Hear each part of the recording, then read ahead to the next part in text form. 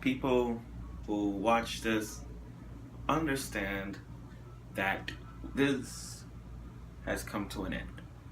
Yes, Love Tyrant, or you could say Renai Boukun, episode 12. This, ladies and gentlemen, is the season finale. And I would like to discuss the matters in this episode in ways that kind of blown my mind off of this.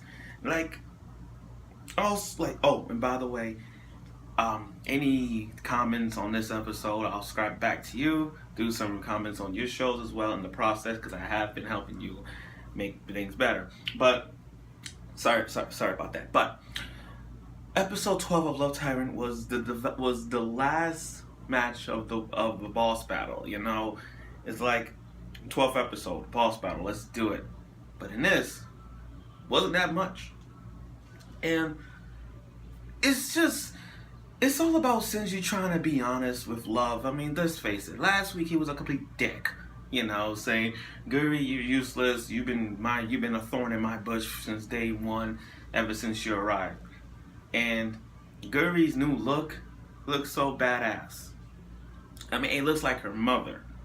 Now, this episode 12 not only revolves around Guri and Shinji's affection towards her, but it also covered a lot of manga things in this one. I mean, sure, manga got more details if you really want to read it. But this, after watching this, they only covered like 33 chapters of it. And then, if you want to see Guri's mother, if you want to see the debut of Guri's mother, go read after that. Now, it's just, when it's all said and done, it's really rushing it, and that's what they did. But in this episode, what Shinji and Yuzu did, they were trying to figure out how to get to hell. And Corley, I forgot that guy's name, god damn it. But his form, you think after 12 episodes, I wouldn't know his name by now, but damn. Anyway, he transformed to heaven, and now when Shinji and Yuzu woke up, they're like, ah! Oh, that JoJo face expression. I don't know why. But when they woke up, they're finally in heaven, and meeting Guri's father in like a samurai battleizer suit, whatever. And the only way to get to hell is through a Mario Brothers pipe. I'm not joking. You think it will be some cliche bullshit, but it's not. Go through a Mario Brothers pipe. And matter of fact, they did a song. They did that, like, oh, come on. They did this is some cliche shit. This is just this was a message that, because E3 shows Super Mario Odyssey and we're getting it for the Nintendo Switch, this was a symbol of that pipe stating, oh, Mario is good, we love him, let's have him, let's put the pipe there as a symbol of to respect Super Mario Odyssey. And then they arrived to hell. Now, Shimiki, okay, look, everybody don't even like her. Being psychotic, stabbing people with pins and needles. I understand. But there was a part of me like, we gotta forgive her. Her backstory was very sad. It's like, sad as in like, oh my gosh, we gotta forgive her. And that's what it is. Just like, it showed Yuzu and Akane being high class. Like, they're up here, Yuzu's down here. It's just, that felt bad. We felt bad for her. And then she just immediately, like, how do I say, steal stuff because to get her affection. Mind you, she steals stuff because they want to know her. I mean, think about it. How would you want to get noticed by? Writing names, petitions, use the death note? Doesn't work like that. But she steals stuff to get attention. And that's not how a love works. Just to steal stuff, that's not how it works. And you think you think having her personality fits the bill as her being a demon. Yes, but not really. Now, hell. Okay, let me describe you how hell is in this episode. Like in every anime, you see how hell is this and all this, but in this one, in Love Tyrant, hell is just average streets, buildings, kind of like, just a standardized modern thing with people wearing suits and men and women wearing suits, like some communist shit. I don't know, like Donald Trump shit going on, but that's how it is. And Again, that's what it is. Now, and everybody's wearing black suits with these horns on. And Cowley, he's the only guy wearing a white suit. And no one don't even notice that this guy is wearing a white suit. Oh, what? Now, with the demon of hell, which is the Mephisto lookalike, all he wanted to do was to get Guri. Yeah, just trying to fall in love with Guri. You know? And there were some flashbacks of himself too. Like when when he's the next demon lord or whatnot. And they show Guri's mom, but they didn't show her how she actually. I mean, it did show Guri's mom backside, but when she turned her face, they only show up the lower half of her face, not the eyes, all that stuff. They only show that. So I'm supposed like I was happy to see Guri's mom, but they didn't show all of it, like how she looks like, fine way, like that kind of thing. But yeah, they did show her. And then they even show Guri as a little kid growing up. I'm like, that is so adorable. She's so sweet for a little girl, It's just how it is. But and then long story short, he got rejected. Now, and here's a lesson. What happens if you get a yandere girl? Yeah, here's a tip. How do you get question.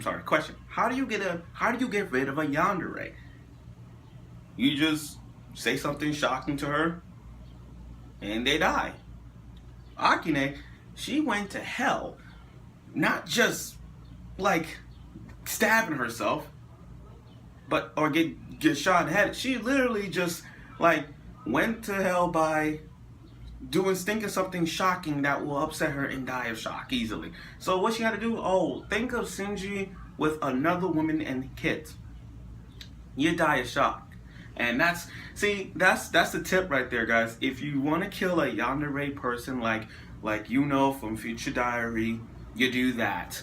That's how it works. Just have the yandere girl die by thinking of a guy like she obsessed with, going out with another woman and he dies. That's the tip right there if you want to get rid of a yandere.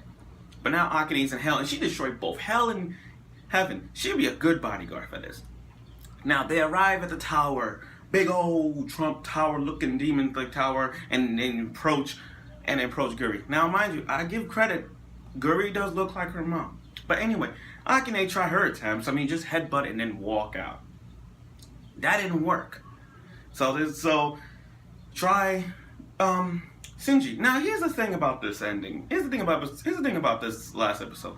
It's always, now hear me out, guys. It's always the MC that wants to end everything with just voices, Like, how do I say this? Like, how in every anime when it's the main character want to save the world, not by fighting but by words to convince that person to turn good again. That's what Shinji did. All Shinji had to do was to confess his love. And, like, Guri is all like, oh, I don't know if I love, like, what is love? Do I hate Shinji? No, I don't hate him. It was all about that. And with Shinji's flashback of everything that Guri done for him has changed his life. Again, guys, Guri changed his life for the better. Think about it. In the first episode, Shinji was just your average guy, even scared of talking to a girl, even kiss a girl. But when Guri came in, it changes his life. His first kiss, his first harem, he has done it all now. If it wasn't for Guri. Now, once Guri realized that what love really is, all she had to remember was like, I need him to love me back. That was the only thing to stop her. That was the only thing that changed her into an angel, and it worked.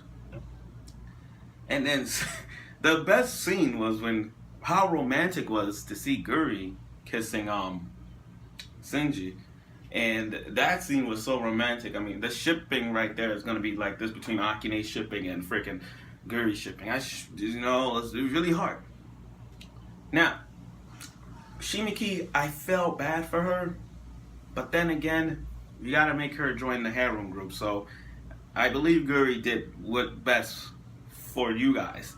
Add her into the shipping war with Shinji's in the kiss note. So GG, Shinji.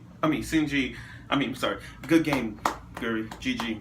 Now, after everything's back to normal with the comedy skits of Akane and Guri being all love rivals, Yuzu's back to normal, and everything's all said and done.